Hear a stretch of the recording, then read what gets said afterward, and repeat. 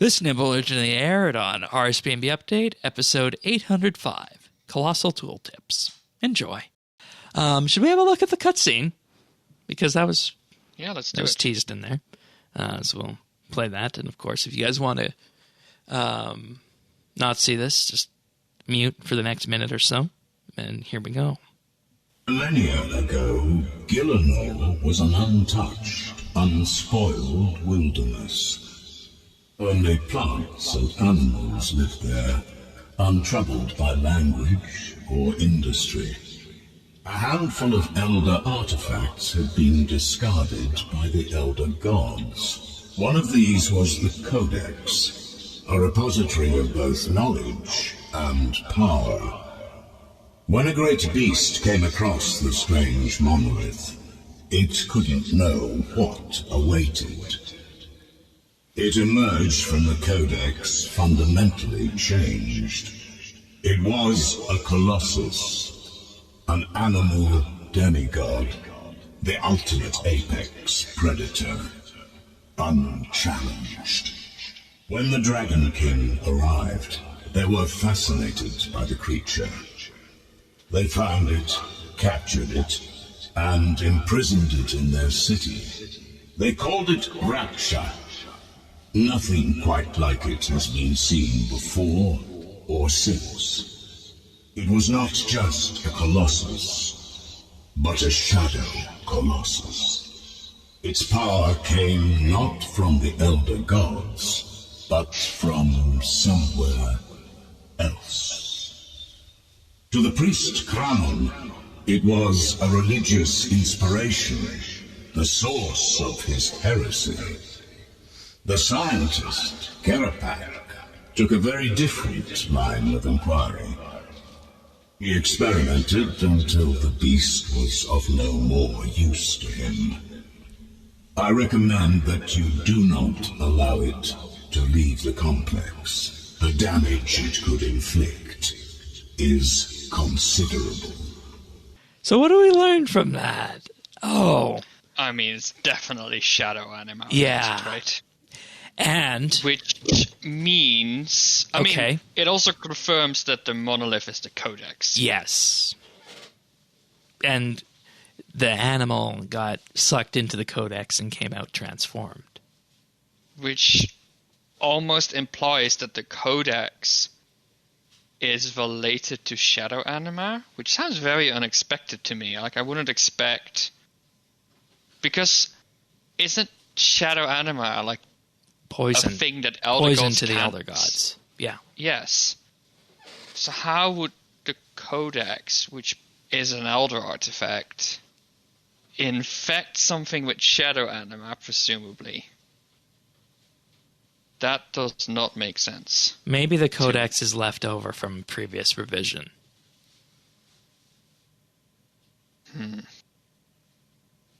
Fascinating.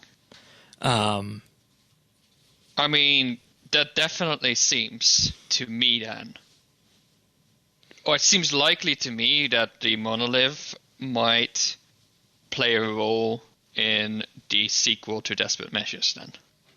Yeah, that would make sense. Another theory that's been batted around by a few people, Questscaping amongst others, is that the reason Tony got sucked in and we were able to interact with it is because we have that little bit of Sliske inside of us. Or maybe Tony is going to come out and he's going to be the boss for the sequel of Desperate Measures. I think that would be perhaps a bit too far. Well, I mean, Raksha came out transformed. Yeah. So it stands to reason that Tony is going to come out transformed. I imagine that a god named Tony. That's pretty funny. Yeah. And, you raise a good point about the shadow anima and the fact it's an Elder Artifact and it interacts with it. And how exactly does that make sense for the Elder Gods? I think the only thing that makes sense on that is the previous revision there. And, with this also I think implies that the wider lore ramifications for archaeology are probably going to be alluded to in the Raksha lore. Because you remember when archaeology came out, they said that archaeology is setting up the lore for the next year or so, and nobody has managed to figure it out, and they said this in around June or so, after everybody got 99, 120, completed all the mysteries. I mean, we still got the massive Inquisitor lore drop that needs to be resolved. So Yeah. I was kind of thinking after our discussion on it that might be a red herring off to something else and, be kind of its own little off-to-the-side storyline. But yeah. Or it could be an even bigger overarching storyline. Yeah. And even bigger than Elder Gods. Right, and maybe that could just be a way of resolving it. But Zaros is also interested in the Monolith. You got to remember that. Mm-hmm. Well, Zaros is probably interested in Shadow Anima as well. So. Yeah, and the question for that would be why? Well, he doesn't like the Elder Gods very much.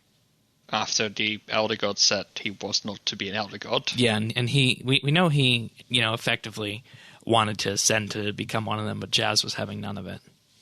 Exactly, so he might want to kill them too. Fine. Well, or have some leverage over them.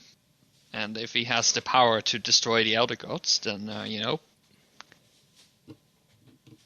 perhaps they might just grant him his wish. But wouldn't that be a bit of a cop-out? Well, maybe. I don't know. Are you more interested now than when we started this here? Yeah, this is kind of cool. And, the whole idea behind this, I think, comes down to the fact that we are progressing this lore through each update. And I think if we were using the old method of only doing it through quests, we would have had to wait 2 or 3 quests to get everything we've had post Desperate Measures. You can find full episodes of RSBANDB Update right here on this YouTube channel. If you found this video useful or just enjoyed it, like and subscribe, or leave a comment.